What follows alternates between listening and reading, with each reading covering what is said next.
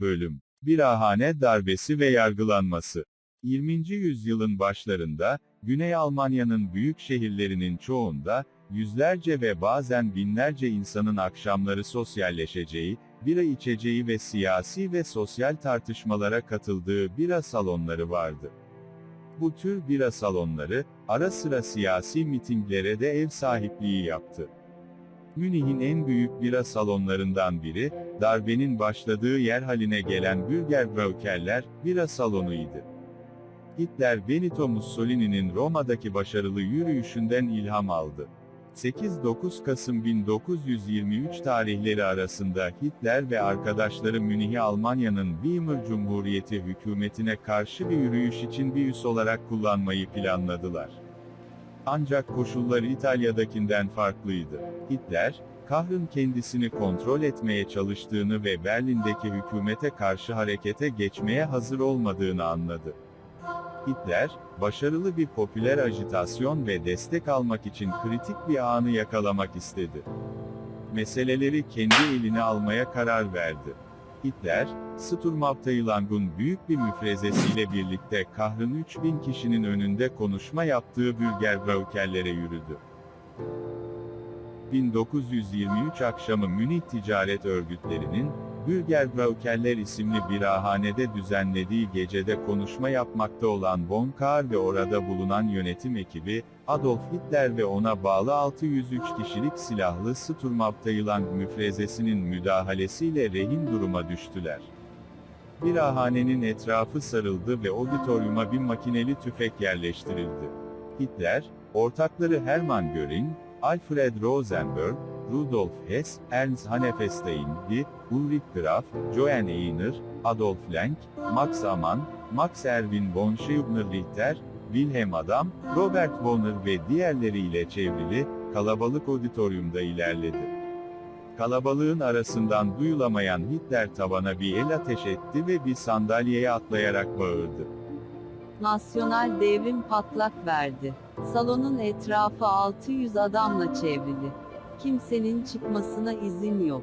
Bavyera hükümetinin görevden alındığını belirterek devam etti ve Ludendorff ile yeni bir hükümetin kurulduğunu ilan etti. Hess, Lenk ve Graf'ın eşlik ettiği Adolf Hitler, Kahr, Seysser ve Lossow üçlüsünü silah zoruyla bitişikteki bir odaya alınmasını emretti ve onlardan darbeyi desteklemelerini ve kendilerine atadığı hükümet pozisyonlarını kabul etmelerini istedi. Hitler birkaç gün önce Lossow'a darbe girişiminde bulunmayacağına söz vermişti ama şimdi onlardan hemen bir onay yanıtı alacağını düşünerek Kahr'dan Bavyera naibi konumunu kabul etmesini istedi. Kahr, özellikle auditoriumdan ağır koruma altında alındığı için işbirliği yapmasının beklenemeyeceği yanıtını verdi. Heinz Pernet, Johann Ein ve Scheubner-Richter, Almanların 1. Dünya Savaşı'ndaki meşhur komutanı Erich Ludendorff'u almak için gönderildi. Nazilere itibar kazandırmak için kişisel prestijinden yararlanılıyordu. Hermann Krebel, bir başka birahane olan Löwenbraukeller'de Bundeskriegsfilajı ile bekleyen Ernst Röhm'ü mutfaktan telefonla aradı ve kendisine şehirdeki önemli binalara el koyması emredildi. Aynı zamanda, Gerhard Rosbach yönetimindeki ortak komplocular, yakındaki bir piyade subayı okulunun öğrencilerini başka hedeflere ulaşmak için harekete geçirdi. Hitler Kahr'dan rahatsız oldu ve Ernst Pöner, Friedrich Weber ve Hermann Krebel'i yerine gelmeleri için yanına çağırdı. Rudolf Hess ve Adolf Lenk'in yanındaki auditoriuma döndü. Göring bir konuşma yaptı ve eylemin polise ve Reichswehr'e değil, Berlin Yahudi hükümetine ve 1918 Kasım suçlularına yönelik olduğunu belirtti.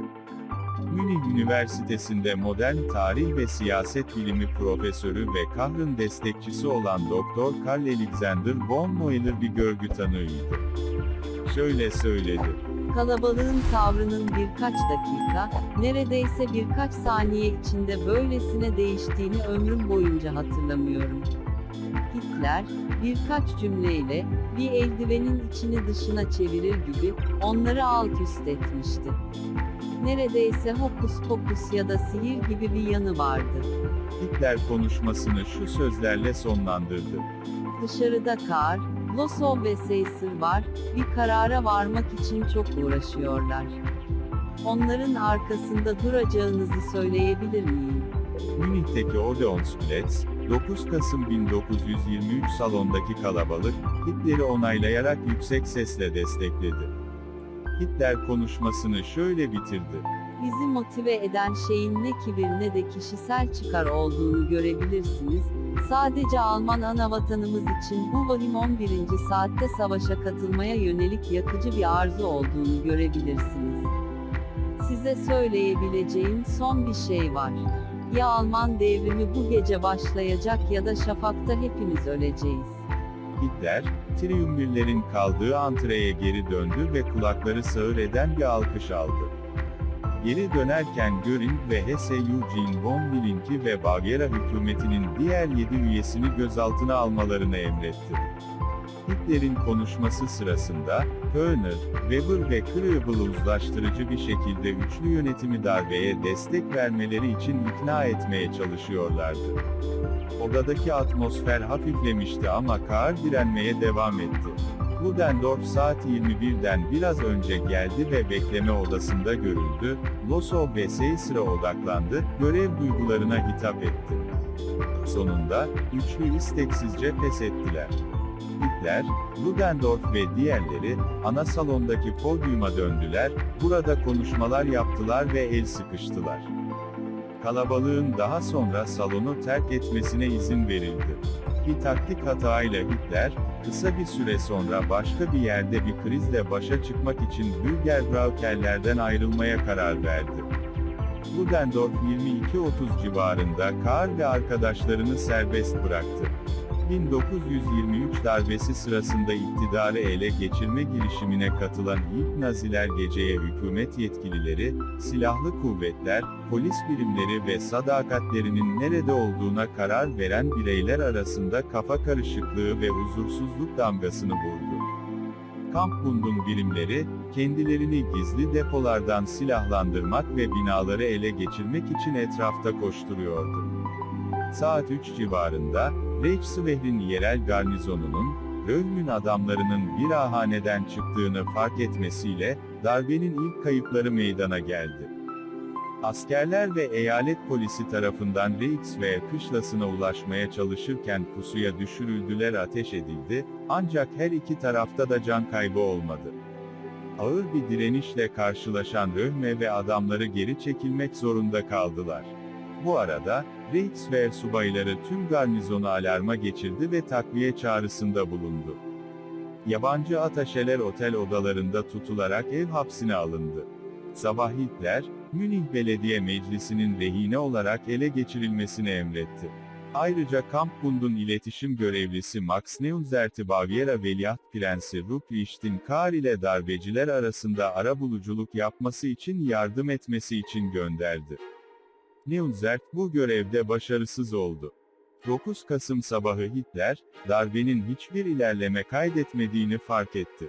Darbeciler ne yapacaklarını bilemediler ve pes etmek üzereydiler. O anda Ludendorff, "Wehrmarschieren" diye bağırdı. Yürüyeceğiz. Röhm'ün kuvveti Hitler'inkiyle toplamda yaklaşık 2000 adam birleşerek belirli bir varış noktası olmadan birlikte yürümeye başladılar. Öğlen saat 12'de, Theodor Oberländer de dahil olmak üzere Hitler'in destekçileri, Ludendorff ve Hitler'in önderliğinde Bürgerbraukerlerden dışarı yürümeye başladılar. Hitler gibi sivil kıyafetler giymiş ve şapka takmış olan Ludendorff yürüyüşe komuta ediyordu. O anda Ludendorff onları Bavyera Savunma Bakanlığı'na götürdü. Ancak saat 12:45'te, Feldherrnhalle'nin önündeki Odeonsplatz'ta, eyalet polisinden kıdemli teğmen Michael von Gadin komutasında yolu kapatan 130 askerden oluşan bir kuvvetle karşılaştılar. İki grup arasında karşılıklı ateş açıldı ve sonuçta 4 eyalet polisi ve 16 Nazi öldü. Polis komutanı Yüzbaşı Rudolf Schraut'un yanı sıra polis çavuşu Frederick Fink, polis çavuşu Nikolaus Holweg ve polis yardımcı çavuşu Max Skobert açılan ateş sonucu hayatlarını kaybettiler. Çok sayıda seyirci kaçarken, darbeciler kendilerini yere attı. Tüm operasyon bir dakikadan az sürdü.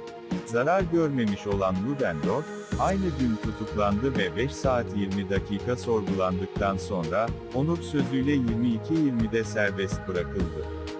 Hitler bir ambulans yardımıyla kaçarak kurtuldu ve Ernst Hanefestein'in am Staffelsee'de bulunan kır evinde saklandı.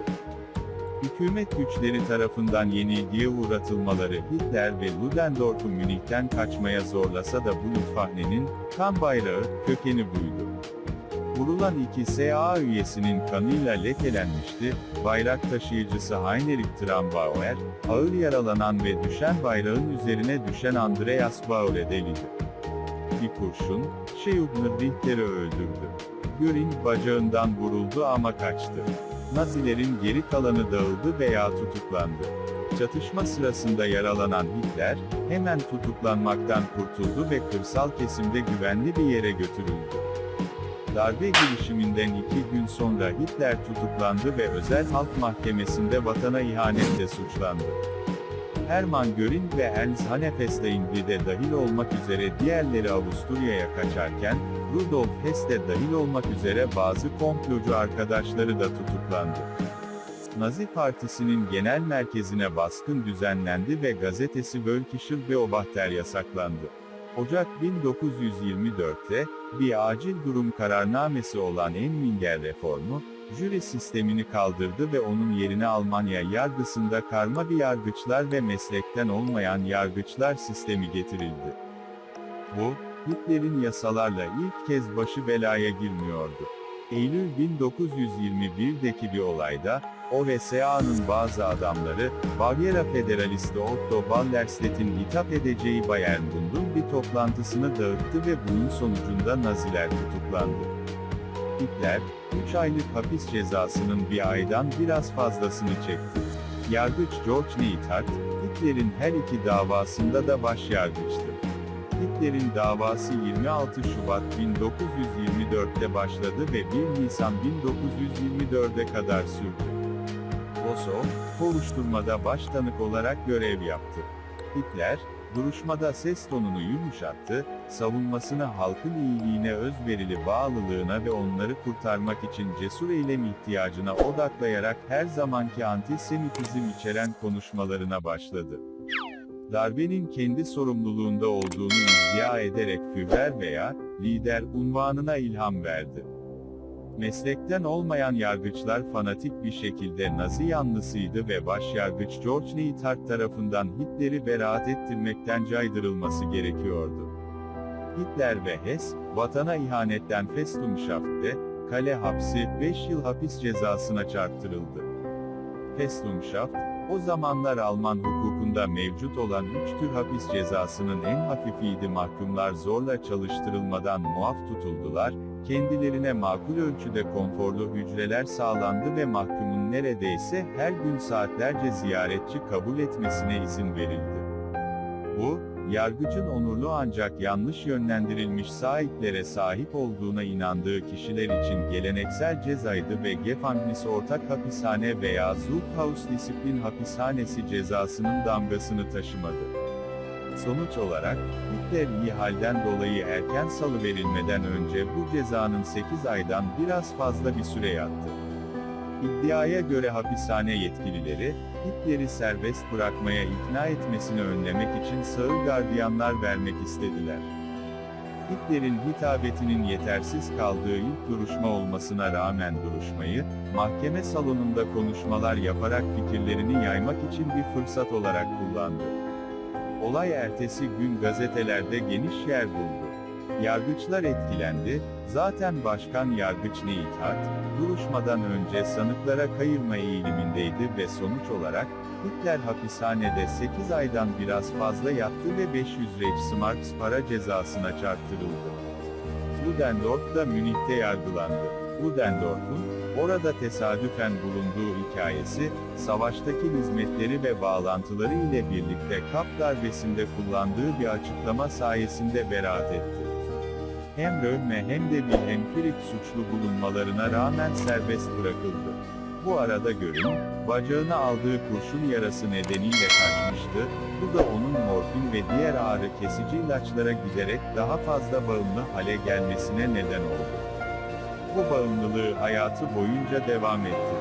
Hitler'in duruşmadaki en büyük endişelerinden biri, Bavyera hükümeti tarafından memleketi Avusturya'ya geri gönderilme riskiyle karşı karşıya olmasıydı. Duruşma yargıcı Neidhart, Hitler'e sempati duydu ve Weimar Cumhuriyeti'nin ilgili yasalarının, Hitler gibi bir Alman gibi düşünen ve hisseden bir adama uygulanamayacağına karar verdi. Sonuç, Nazi liderinin Almanya'da kalması oldu.